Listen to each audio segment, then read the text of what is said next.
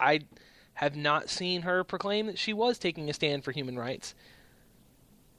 But it is a possibility. It's not something we can rule out, and it would be an interesting one. I mean, they are liberals. It would be a position they could feasibly have taken. So it is what it is. But I think the people that criticize them on this one, I think they're out of line. And I think that the people that are just being gross and talking about them as Muslims and nonsense like that, I think we've moved past that. I think that the modern conservatives that are still shouting about Muslims and still saying, well, he's a Kenyan, non-American traitor, fascist, Hitler reincarnation, that crap, I don't understand it. Now, it's one thing when you compare a policy that's comparable, but it's quite another to have some of this ridiculousness. And honestly, the fact that Saudi Arabia has come into the news and that Obama and Michelle went there has inflamed a lot of these people that actually think the president is a secret Kenyan Muslim. And it's just sad at this point. I mean, it really is sad. President Obama's mother was an American. And unless he renounced his citizenship as a child, there's not even a question. And we know for a fact that even if he was born in Kenya, he is still a natural American because his mother is an American. So unless he renounced his American citizenship at some point, and even then it would be up for debate because he was born an American citizen thanks to his mother's citizenship, just like Ted Cruz was born an American citizen.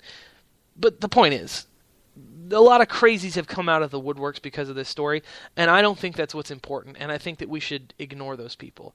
Those people should not be approached because they're not rational, and any person that is not rational is not worth your time. I just wanted to get that out there.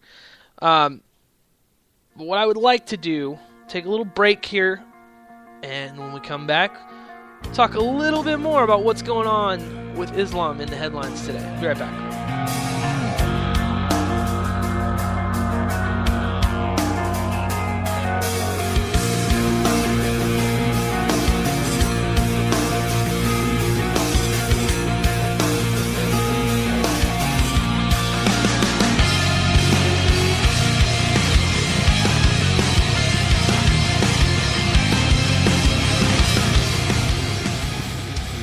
Hi, this is Jazz Shaw. Be sure to join Doug Mataconis and me at 9 p.m. Eastern on Thursdays for PolitiNerds Radio, here on Vigilant Liberty Radio.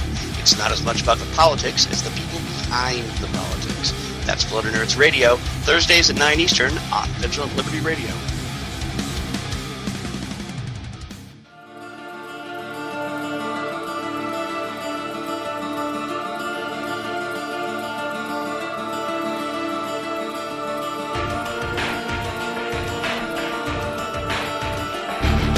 So, for those of you who have checked your Yahoo or Facebook today, you've seen some of the headlines in the news. I don't know if it's made the cable route tonight or not. Probably, but who knows? I don't, because I'm not paying attention to that tonight. I am talking to you folks. There has been a U.S. politician, Texas House of Representatives to be precise, state-level politician, that has gotten herself in some hot water. She has bungled, if you will. She has stepped in it royally. Absolutely stepped in it. Something just completely out of the question. Something that should have never happened. But it did. And some of the response and support has been nasty. So let's jump right into it. A local Texas representative, local for me, about a county over, about an hour south, is in trouble for some statements she made on Facebook. Her name is Representative Molly White, State Representative Molly White from Belton. And she said this in response to Texas Muslim Capital Day in Austin. It's a biannual event put on by CARE, Council for American Islamic Relations, that tries to get people in the community involved in politics, get Muslims out to vote, that kind of thing. I'm going to read this from her Facebook now. It has an ungodly amount of attention. Ungodly, get it? The House is in recess until Monday. Most members, including myself, are back in district. I did leave an Israeli flag on the reception desk in my office with instructions to staff to ask representatives from the Muslim community to renounce Islamic terrorist groups and publicly announce allegiance to America and our laws. We will see how long they stay in my office.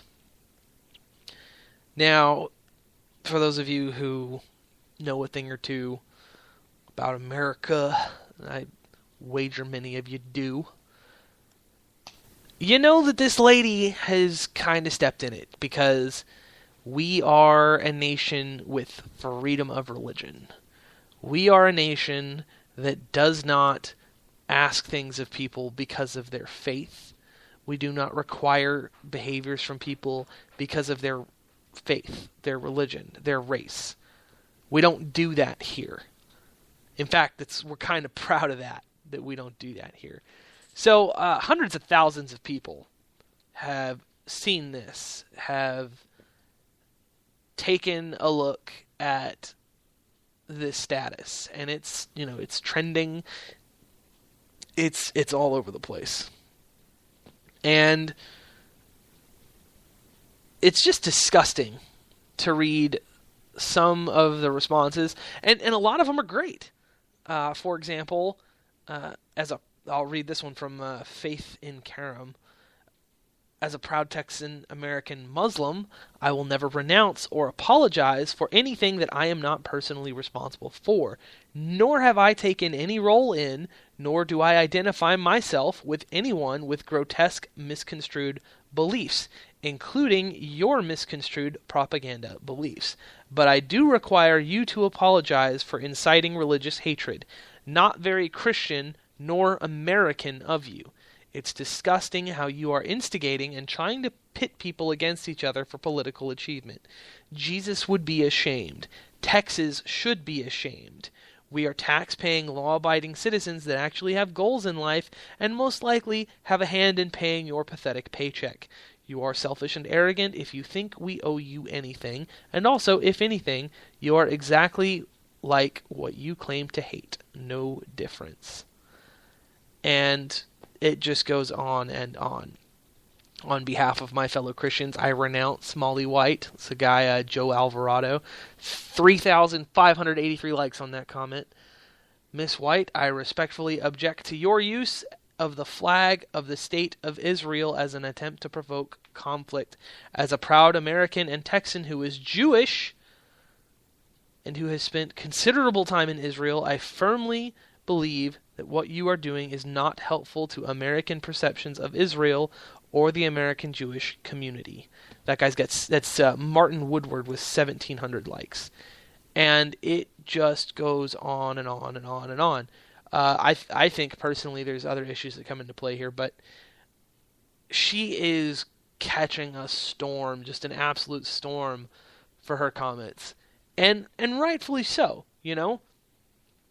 There is a reason that Muslims are often afraid to put on their headscarves in public, because they're genuinely scared of Americans and genuinely scared that some Bubba redneck bigot could attack them. And when you've got people, for instance, after the Chris Kyle movie, putting out tweets saying that it made them want to go kill Muslims and things like that, it's really scary to look at some of the reaction to this. And I think the blowback against this rep, absolutely on point. Absolutely on point. Now, I know that Texas Muslim Capital Day is organized by CARE, and I know that CARE has ties to Hamas, which is a terror group. They actively work violently against Israel. And, there's a whole conversation to be had about Israel versus Palestine and bombing, etc., etc., and I really don't want to get into that. But I think that requiring people based on their faith to have some sort of qualifier just to speak to their elected representative, that's just kind of disgusting. That's just sickening. And it's really sad because, there are many Muslim Americans, many of whom fought in the American Civil War, American Revolution, War of 1812, World War I, World War II. Many Americans. And it's just kind of sad to see them dehumanized because of some of these Wahhabist freaks.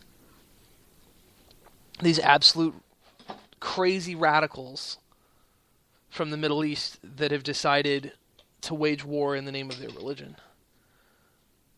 I mean, what about the Westboro Baptist Church? Should every Baptist be required to pledge allegiance to America and apologize to the soldiers' families because they're Baptist? I don't think so. Should Baptists be required to say such pledges before going to a funeral? I don't think that's right. Absolutely not. And I don't think you think that's right either. And I think it's kind of sad that people like this get elected to office. I think it's very sad that people get put on the spot and told things like this. It's just very, very disturbing. And what's even worse, though, is that you've got people that approve of this behavior, actively approve of it, that support it. I mean, that's just very, very, very... It's more disturbing than anything else. Absolutely most disturbing part of this. It's not her comments. It's the fact that people support that sort of behavior, that sort of fascism. For example, one guy commented, "Good for her. This is America, and I see no problem renouncing terrorism if you are not a terrorist." The problem is requiring people, absolutely requiring people, before they talk to an official, to pledge allegiance and then to renounce this, all because of their faith. Whether or not they approve of it, whether or not it's right to do so, whether or not they agree with that view, it's the fact that they're being required to do it. And then not only that, but she's talking about displaying an Israeli flag. Why is it an Israeli flag and not an American flag on her desk? Why is she elevating Israel above America? And it's intentionally because of the conflict between Israelis and Palestinians. It's because she wants to instigate that, knowing that many, many Muslims have a problem with Israel. And whether or not that is something that you believe is a legitimate issue, whether or not you think that people are wrong on that, the fact that she's putting out this flag because she knows it instigates this group of people, and then requiring them to grovel just to speak to their elected official, that's where the problem comes in. And then you've got other comments. Screw Muslims, praise her. Screw you. If you don't like America and traditions, then eat it. Move back to your effing homeland. Obvious it's not that great if you are here. scumbag.